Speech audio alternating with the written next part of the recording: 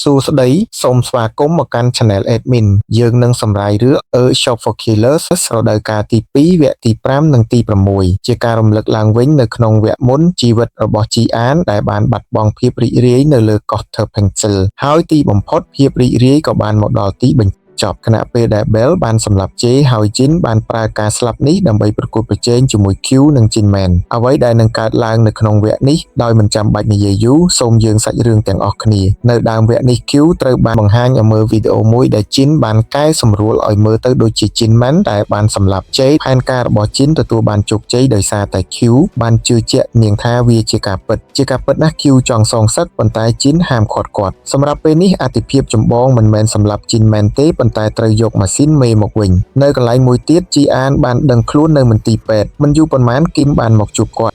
ជាការពិតណាស់ហេតុការណ៍នៅលើកោះនេះមិនអាចពង្រីកឲ្យធំបានទេហើយគីមនៅទីនេះដើម្បីរាយការណ៍វាគីមបានរៀបចំអត្តសញ្ញាណថ្មីសម្រាប់ជីអានដើម្បីចាប់ផ្ដើមឡើងវិញពីដំបូងប៉ុន្តែជីអានបដិសេធមិនធ្វើអ្វីទាំងអស់បានទេបើមិនដូច្នេះរឿងដដែលនេះនឹងកើតឡើងម្ដងទៀតជីអានមិនអាចរត់គេចពីវាសនាបានទេដូច្នេះឥឡូវនេះនាងនឹងរស់នៅជាមួយជីនម៉ានបន្ទាប់មកគីមបានប្រាប់រឿងមួយដល់ជីនម៉ានដើម្បីបិទបាំងការស្លាប់របស់វូជីនដូចជាវាជាគ្រោះថ្នាក់មួយពេលប៉ូលីសសួរចម្លើយជីអានបានប្រាប់គាត់តាមរឿងរ៉ាវដែលរៀបចំដោយគីមដោយឃើញទឹកមុខឈឺចាប់របស់ជីអានថានាងសោកស្ដាយចំពោះការស្លាប់របស់វូជីនប៉ូលីសបានទទួលយកការពន្យល់នេះបន្ទាប់មកជីអានបានត្រឡប់ទៅកោះវិញពិធីបុណ្យសពមួយកំពុងត្រូវបានធ្វើឡើងសម្រាប់លោកវូជីនជីអានចង់ចូលទៅប៉ុន្តែនាងមិនអាចប្រឈមមុខនឹងអ្នកកោះទាំងនោះដែលបានចាត់ទុកវូជីនជាកូនប្រុសរបស់ពួកគេបានទេ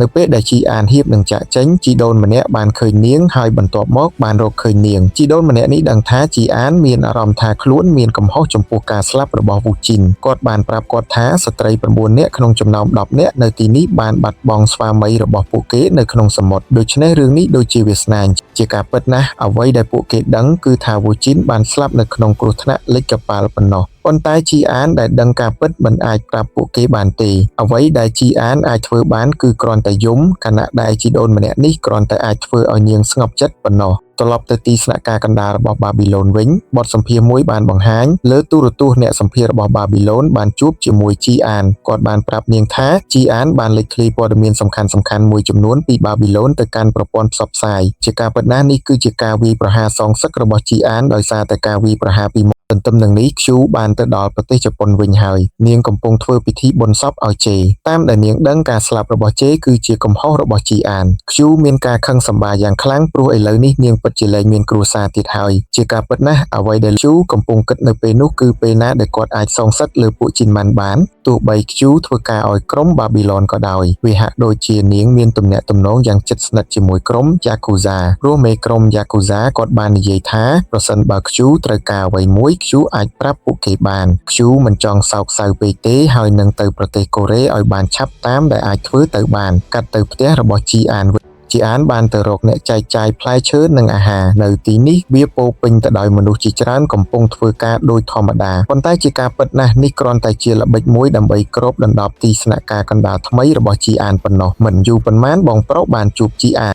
គាត់បានប្រាប់នាងថាពួកគេទើបតែផ្លាស់មកទីនេះកាលពី10ថ្ងៃមុនទោះបីជាកន្លែងនេះត្រូវបានរៀបចំជាយូរមកហើយក៏ដោយទីស្នាក់ការកណ្ដាលមានទីតាំងនៅក្រោមដីដូច្នេះពួកគេបានប្រើចណ្ដាលយន្តសម្ងាត់ដើម្បីចុះទៅនៅខាងក្រោមជីអានបានជួបជាមួយជីនវ៉ូនិងឈុលសុងពេលនាងឃើញមីហៃជីអានក៏អោបនាងភ្លាមប៉ុន្តែពេលគាត់ឃើញជីនម៉ាន់ស្ថានភាពក៏កាន់តែតានតឹងឡើងភ្លាមជីនម៉ាន់បាននាំជីអានទៅបន្ទប់សម្រាប់នាងនិងស្នាក់នៅមួយរយៈជីនម៉ាន់បានទុកជីអានឲ្យនៅម្នាក់ឯងដើម្បីឲ្យនាងអាចសម្រាកពេលនោះជីអានបានសួរថាតើបន្ទប់នេះមានកាមេរ៉ាឬអត់ហើយជីនម៉ាន់បានប្រាប់មិនមានទេហើយចាក់ចេញទៅពេលទៅដល់ក្នុងបន្ទប់ត្រួតពិនិត្យគាត់បានបិទកាមេរ៉ានៅក្នុងបន្ទប់របស់ជីអានបន្ទាប់មកគាត់បានសុំឲ្យបងប្រុសយកកាមេរ៉ាចេញដោយមិនបានឲ្យជីអានដឹងនៅកន្លែងមួយទៀតជីនកំពុងធ្វើដំណើរទៅសន្តាគារគាត់បានទទួលសារថានឹងមានកិច្ចប្រជុំតាមអ៊ីនធឺណិតវាបានបង្ហាញថាមីហៃបានរងចាំហើយនឹងធ្វើដំណើរតាមនាងពេលនៅសន្តាគារជីនបាននិយាយជាមួយថ្នាក់ដឹកនាំជាន់ខ្ពស់នៃបាប៊ីឡូនពីព្រោះការលេចធ្លាយព័ត៌មានដែលចែកចាយដោយជីនម៉ាន់បានបំផ្លាញរូបភាពនៃទីក្រុងបាប៊ីឡូនជីនមិនមានអារម្មណ៍ថាមានកំហុសទេពីព្រោះជីនម៉ាន់បានលួចម៉ាស៊ីនមេនៅពេលដែលភាពជាអ្នកដឹកនាំនៃបាប៊ីឡូនកូរ៉េស្ថិតនៅក្នុងដៃរបស់យ៉ុងហាន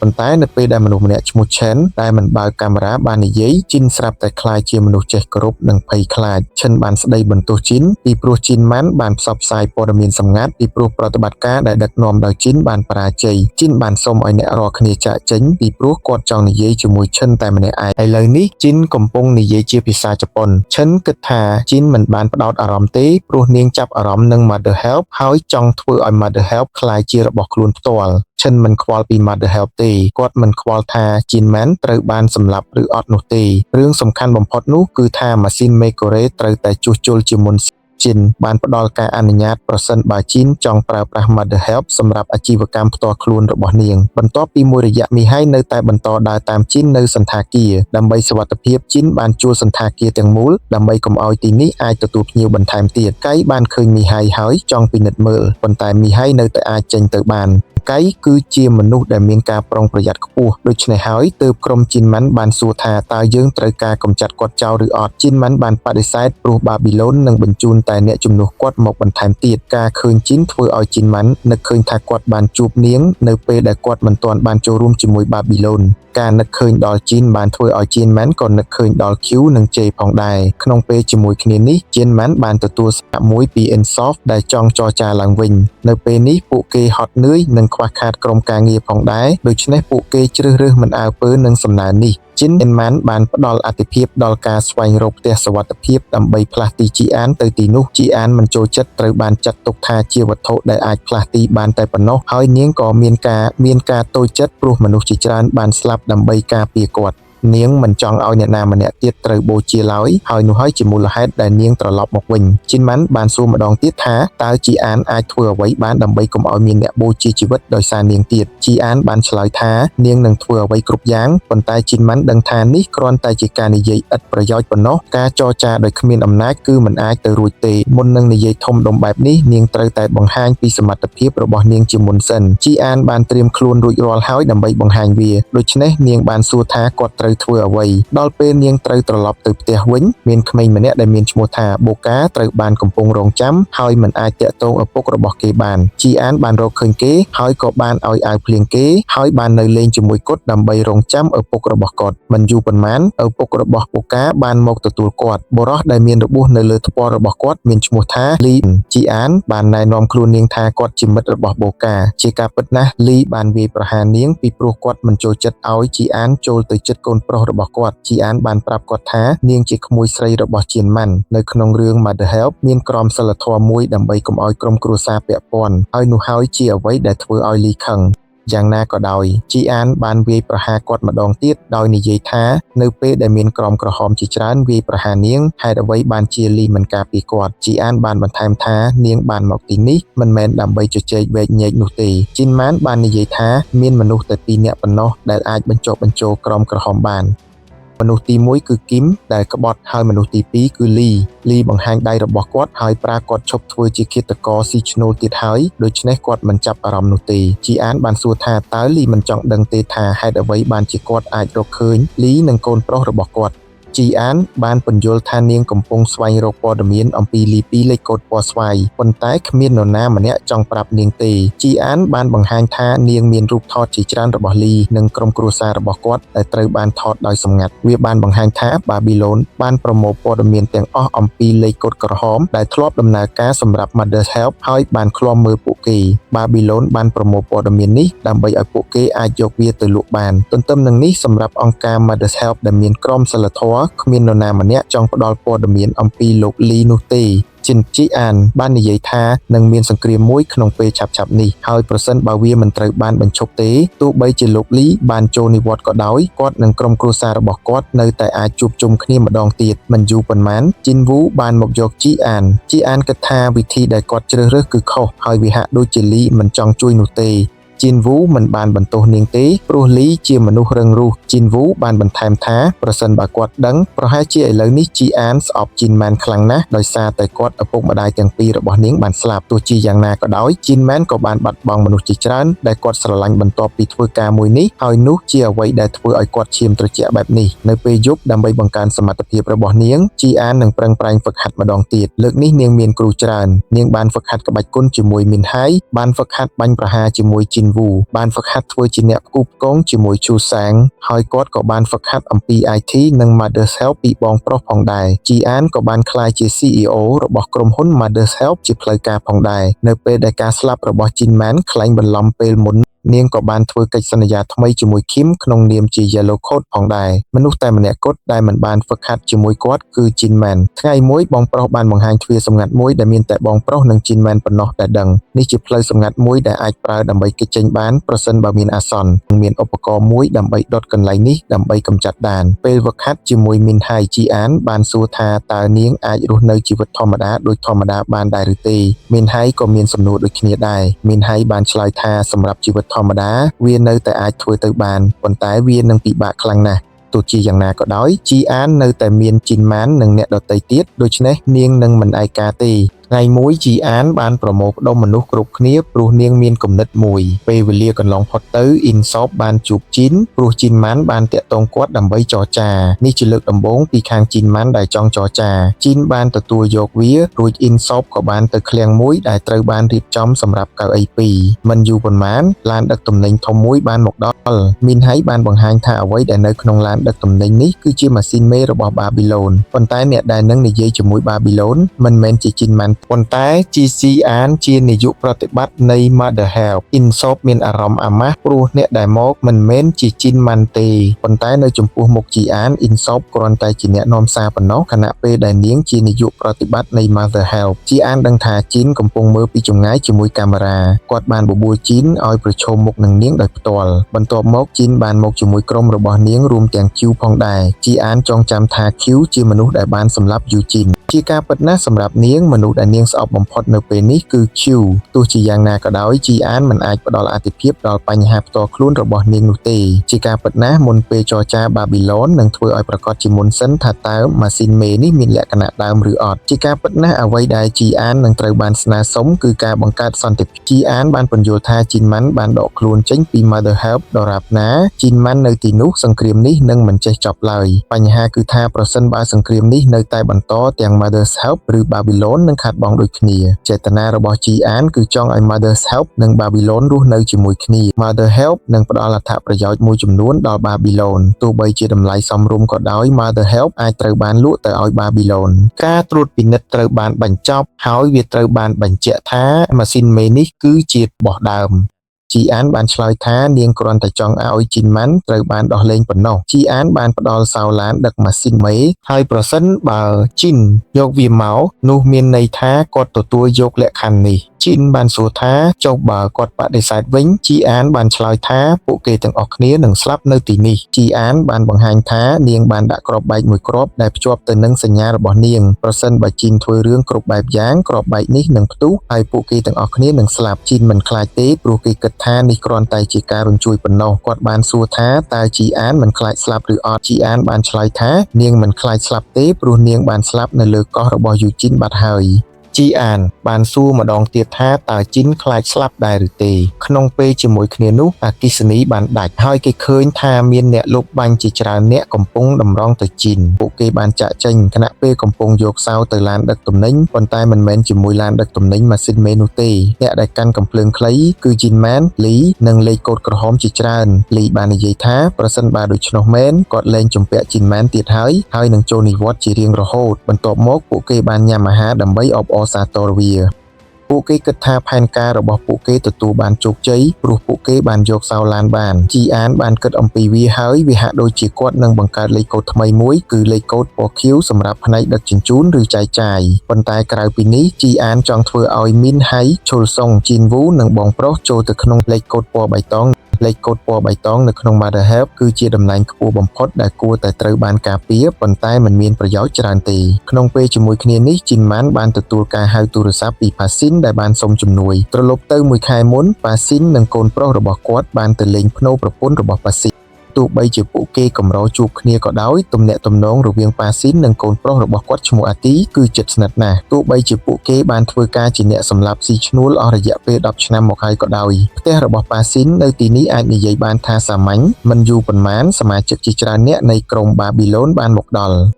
អ្នកដែលមកមិនមែនជាកងទ័ពធម្មតាទេដូច្នេះទោះបីជាប៉ាស៊ីនជាមនុស្សកំណាចក៏ដោយគាត់អាចត្រូវបានចាប់ខ្លួនលើសពីនេះបាប៊ីឡូនបានប្រើអាទីជាការគំរាមកំហែងដើម្បីកុំឲ្យប៉ាស៊ីនអាចធ្វើអ្វីបានត្រឡប់មកបច្ចុប្បន្នវិញជីនម៉ានបានផ្ញើសារកូដទៅកាន់គ្នារបស់សារនេះបានប្រើលេខកូដដែលជីនម៉ានបានសួររកព័ត៌មានកន្លែងដែលកូនប្រុសរបស់ប៉ាស៊ីននិងអាទីត្រូវបានចាប់ពង្រត់ជីនម៉ាននឹងទៅប្រទេសចៅដើម្បីជួយប៉ាស៊ីនជីអានមានការព្រួយបារម្ភព្រោះជីនម៉ាននឹងទៅតែម្នាក់ឯងជីនម៉ានបានឆ្លើយតបថាក៏នឹងមានប៉ាស៊ីននៅទីនោះដែរក្រៅពីនេះមានការខ្វះខាតមនុស្សនៅទីនេះដូច្នេះមិនមានមនុស្សច្រើនទេដែលអាចទៅបានមួយសន្ទុះក្រោយមកជីនម៉ានបានមកដល់ប្រទេសចៅគាត់បានទៅកន្លែងមួយដែលមានទូដាក់អីវ៉ាន់នៅទីនោះជីនម៉ានអាចរកឃើញទីតាំងមួយផ្សេងទៀតដែលជាកន្លែងដាក់អីវ៉ាន់បន្ទាប់មកជីនម៉ានបានទៅហាងណេតជីនម៉ានត្រូវបានគេសន្មតថានឹងជួបផាស៊ីននៅទីនេះប៉ុន្តែពេលគាត់ចូលទៅបែរជាគ្មានផាស៊ីននៅទីនេះទៅវិញជីនម៉ានបានរងចាំយូរបន្តិចខណៈពេលកំពុងលេង PUBG ប៉ុន្តែភ្លាមនោះអគ្គិសនីនៅក្នុងហាងណេតបានដាច់ជីនម៉ានចង់ប្រើទូរស័ព្ទផ្កាយរណបប៉ុន្តែក្នុងពេលជាមួយគ្នានោះគាត់បានឮសំឡេងកន្លែងនេះគឺជាអន្ទាក់មានក្រុមក្មេងទំនើងចៅសៀមជាច្រើនអ្នកដែលត្រូវបានជួលឲ្យសម្លាប់ជីនម៉ានប៉ុន្តែជីនម៉ានដែលជាអ្នកប្រយុទ្ធដ៏ល្អម្នាក់អាចកម្ចាត់ពួកគេទាំងអស់គ្នាប៉ុន្តែនៅពេលដែលគាត់ចេញមកមាននរណាម្នាក់បានបាញ់ជីនម៉ានដោយកាំភ្លើងឆក់ដែលមិនខុសពីចរិតរបស់ចៅសៀមនៅខាងក្រៅទេទោះបីជាគាត់ត្រូវបានបាញ់2ដងក៏ដោយជីនម៉ែននៅតែមិនដួលបន្ទាប់មកមាននរណាម្នាក់បានវាយគាត់ដោយដំបងបេសបលរហូតដល់គាត់សន្លប់នៅកន្លែងមួយទៀតបងប្រុសបានឃើញការព្រមានមួយពេលគាត់ត្រូវបានពិនិត្យវាបានប្រែក្លាយថាមានផាស៊ីនរងរបួសម្នាក់ឯងនៅមាត់ទ្វារខាងមុខវាប្រែក្លាយថាបន្ទាប់ពីផាស៊ីនត្រូវបានចាប់ខ្លួនដោយបាប៊ីឡូនគាត់ត្រូវបានគេធ្វើទារុណកម្មហើយកូនប្រុសរបស់គាត់ក៏ត្រូវបានគេចាប់ពង្រត់ផងដែរជីនបានបង្ហាញវីដេអូកូនប្រុសរបស់គាត់ដែលកំពុងត្រូវបានចាប់ខ្លួនជីនបានប្រើគេដើម្បីឲ្យប៉ាស៊ីនក្បត់ជីនម៉ាន់ដំបូងឡើយគាត់បានបាញ់ពោះរបស់ប៉ាស៊ីនប៉ុន្តែវាមិនស្ថិតនៅទីតាំងសំខាន់ទេបន្ទាប់មកខេបានដាក់ដៃចូលទៅក្នុងមុខរបួសនេះដោយសារតែផាស៊ីនដែលឥឡូវនេះនៅកូរ៉េបានធ្វើឲ្យជីអានព្រួយបារម្ភអំពីជីនម៉ែនដែលបានទៅប្រទេសចៅហើយមិនអាចតាក់ទងបានប៉ាស៊ីនបានឲ្យរូបថតជាច្រើនសន្លឹកដែលជីនម៉ានបានផ្ញើមកគាត់បាននិយាយថានេះជាទីតាំងដែលកូនប្រុសរបស់ប៉ាស៊ីនត្រូវបានគេរក្សាទុកប៉ាស៊ីនបាននិយាយថាកាលគាត់ទៅកូរ៉េគាត់បានទៅកន្លែងនោះប៉ុន្តែបាប៊ីឡូនបានវាយប្រហារគាត់ប៉ុន្តែគាត់បានគ្រប់គ្រងគេចមកទីនេះបានអ្នកដែលដឹងពីរបៀបដោះសោលេខកូដទាំងនេះគឺជីនម៉ាន់សារនេះគួរតែត្រូវបានជឿលុះត្រាតែម្នាក់ក្នុងចំណោមពួកគេជាជនក្បត់ការងាររបស់ផាស៊ីននៅទីនេះមិនមែនវាយប្រហារដោយផ្ទាល់ទេគាត់នៅទីនេះដើម្បីតាមដាននិងសិក្សាពីប្រព័ន្ធសន្តិសុខអ្នកផ្សេងទៀតមិនសង្ស័យថាផាស៊ីនជាជនក្បត់ទេដូច្នេះផាស៊ីនអាចដើរចុះឡើងបានយ៉ាងងាយស្រួលវាបង្ហាញថាក្នុងចំណោមកម្មករនៅទីនេះក៏មានក្រុមបាប៊ីឡូនម្នាក់ដែរគាត់បានឲ្យអំណោយដល់ប៉ាស៊ីន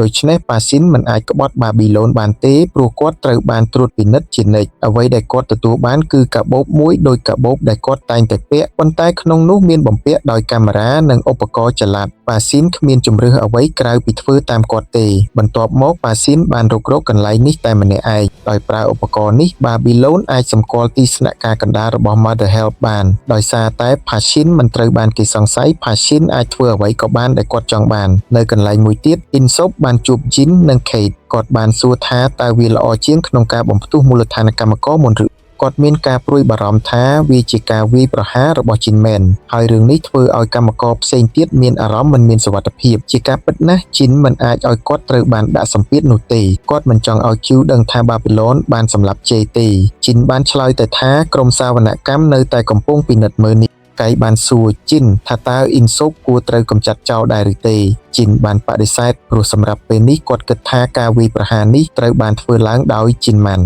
ទន្ទឹមនឹងនេះដែរនៅក្នុងប្រទេសចៅសៀមជីនម៉ាន់នៅមានជីវិតទោះបីជាគាត់ត្រូវបានឃុំខ្លួនដោយបាប៊ីឡូនចៅសៀមក៏ដោយមេដឹកនាំនៅទីនេះគឺជាសមាជិកក្រុមដែលបានវាយប្រហារជីនក្នុងរដូវកាលទី1ដោយសារតែគាត់បរាជ័យគាត់ត្រូវបានដាក់ទណ្ឌកម្មហើយផ្លាស់មកទីនេះជីនម៉ែនបាននិយាយថាប្រសិនបើគាត់ដឹងថាកូនប្រុសរបស់ផាស៊ីននៅឯណាគាត់នឹងអត់ទោសឲ្យគេទោះជាយ៉ាងណាក៏ដោយគាត់បានបដិសេធហើយជ្រើសរើសវាយជីនម៉ែនដែលឥឡូវនេះកាត់ត្រឡប់ទៅមូលដ្ឋាន Mother Hub វិញប៉ាស៊ីនបាននិយាយថាគាត់នឹងទៅជួយសង្គ្រោះកូនប្រុសរបស់គាត់ម្ដងទៀតជីអានគិតថានេះជាគំនិតអាក្រក់ព្រោះប៉ាស៊ីននៅតែខ្សោយពួកគេមិនអាចបញ្ជូនមនុស្សច្រើនអ្នកបានទេព្រោះគ្មាននរណាម្នាក់កំពុងការពារមូលដ្ឋានជីអានបានសម្រេចចិត្តបញ្ជូនមីនហៃទៅជាមួយផាស ទន្ទឹមនឹងនេះនៅឯមូលដ្ឋាន Babylon ជីនកំពុងពិភាក្សាអំពីរបៀបជ្រៀតចូលទៅក្នុង Mother Hub ជាមួយ Q ដោយផ្អែកលើព័ត៌មានពី Pasin ប្រព័ន្ធសុវត្ថិភាពភាគច្រើនរបស់ Mother Hub គឺគ្រាន់តែជាប្រព័ន្ធផ្ទៃក្នុងប៉ុណ្ណោះជីនបានប្រាប់ Q ថាជីនម៉ាន់មិននៅមូលដ្ឋានទេព្រោះគាត់នៅប្រទេសចៅសៀម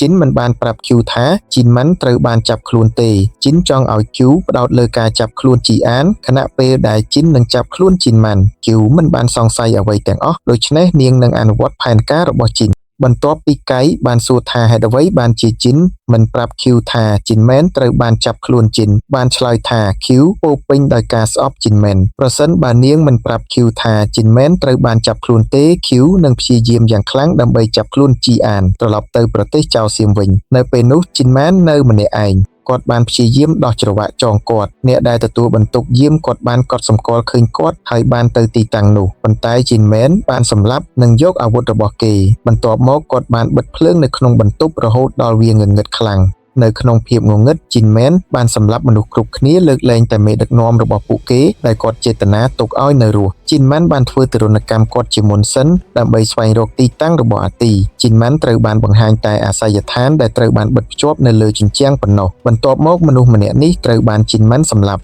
ប៉ុន្តែនៅពេលដែលគាត់ចាកចេញពីមូលដ្ឋានវាបានបង្ហាញថាមូលដ្ឋានរបស់ Babylon សៀមស្ថិតនៅកណ្ដាលព្រៃមិនមានសញ្ញានៅទីនេះទេដូច្នេះវានឹងចំណាយពេលយូរសម្រាប់ Jinmen ដើម្បីត្រឡប់ទៅវិញនៅកន្លែងផ្សេងទៀតមានហៃនិង Pashin បានទៅដល់ទីតាំងដែល Pashin បាននិយាយថាជាទីតាំងដែល Athi ត្រូវបានចាប់ពង្រត់រួចប៉ាស៊ីនបាននិយាយថាគាត់នឹងចេញទៅមុនប្រសិនបើមានហៃឬសំឡេងបាញ់មានហៃចេញមកតាមក្រោយពេលវេលាកន្លងផុតទៅបន្ទាប់ពីរងចាំអស់រយៈពេលយូរគ្មានអ្វីកើតឡើងទេមីនហៃបានទទួលសារមួយដោយនិយាយថាគាត់មានការបារម្ភព្រោះគាត់មិនអាចតាក់ទងជីនម៉ាន់បានភ្លាមនោះមានឡានដឹកទំនិញមួយគ្រឿងបានបុកនាងរហូតដល់នាងស្ទើរតែធ្លាក់ពីលើស្ពានពេលគាត់បាញ់ទៅលើអ្នកបើកបរវាបានប្រែក្លាយទៅជាផាស៊ីនមីនហៃបានដឹងថាប៉ាស៊ីនបានក្បត់មីនហៃ